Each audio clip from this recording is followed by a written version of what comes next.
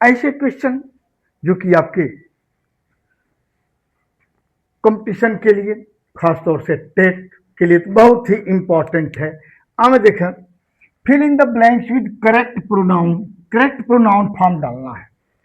आप जब देखें नॉमिनेटिव केस जब वन हो यहां पर कंट्री आया है और कंट्री के पहले कोई प्रोनाउन डालना है तो निश्चित है कि पोसेसिव केस होगा। जब नाउन के पहले आया है तो कौन सा केस होगा? Possessive case. तो वन का पोसेसिव क्या होता है? वंस।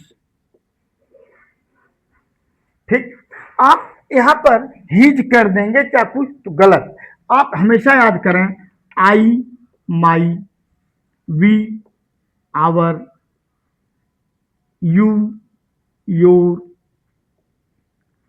ही, हीज, शी, हर,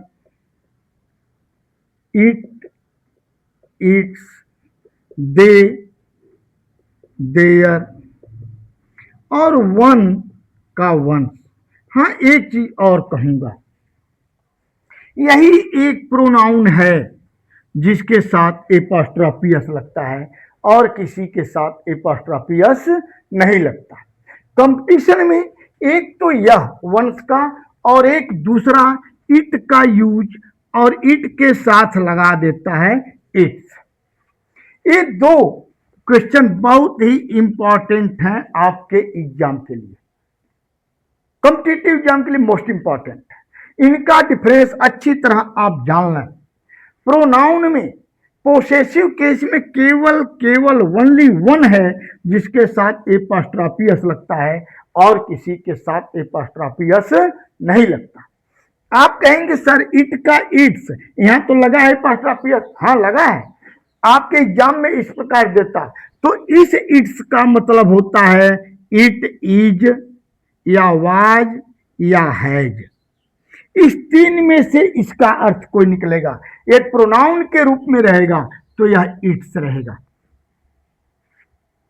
हमेशा याद रखिएगा, इस पर कंपटीशन में क्वेश्चन और आपके मैं पीवाई क्यू ही लिया हूं आपके टेट में, एसएससी एग्जाम में ये मोस्ट इंपॉर्टेंट है।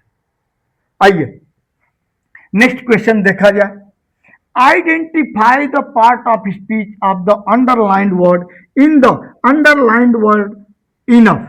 ए अंडरलाइंड है in the following sentence. Enough क्या है? एडवर्ब है, एडजेक्टिव है, प्रीपोजिशन है, नाउन है। मैं पूरा विस्तार से ये नहीं कह दूं कि नहीं ये इनफ है तो ये हो जाएगा, नहीं। अच्छी तरह पहचानना सीखा कि कैसे आप पहचानेंगे।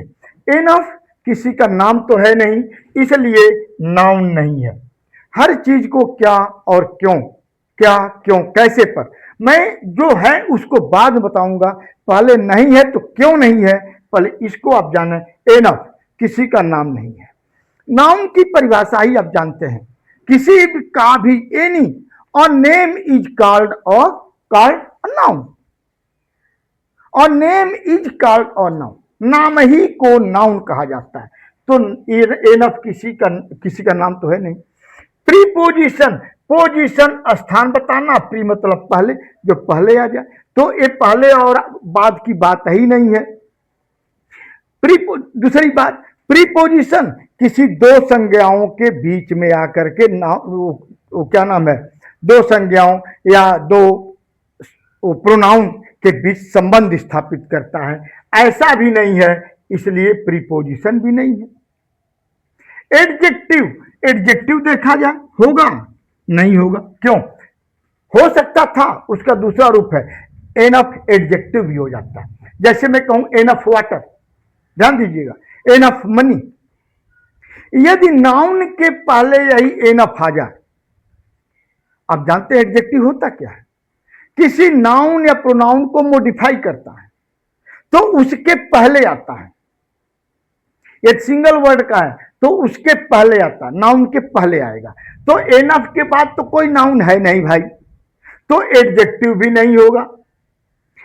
ठीक, हाँ, enough water, enough pen, enough money, ऐसा कुछ रहता तो वही एनफ जो है एडजेक्टिव हो जाता, लेकिन ऐसा नहीं है। इंटेलिजेंट एडजेक्टिव है भाई, ये आप जान गए। एंट लगा है ना, एंट वाले शब्द जो होते हैं ना एडजेक्टिव होते हैं। तो इंटेलिजेंट क्या है? एडजेक्टिव। और एडजेक्टिव के बाद यदि कोई शब्द आता है तो उसे वो क्या होता है? एडवर्ब होता है। तो एन ऑफ एडजेक्टिव के बाद आया है। किसी एडजेक्टिव को मॉडिफाई करने के लिए कौन सा शब्द है? एडवर्ब। इसलिए ये क्या होगा? एडवर्ब। हमें उम्मीद है कि अब ऐसे क्वेश्चन कहीं आएंगे तो बिल्कुल इजीली आप तर्क करके तुरंत आप पकड़ लेंगे। हाँ बेटा, मैं रटन वाले पर मैं नहीं चलता कि रट लेना बच्चे और रट नहीं, उस पर मैं विश्वास नहीं करता। मैं आप देख रहे हैं क्या, क्यों, कैसे, कोई है तो क्यों है, कैसे ठीक होगा।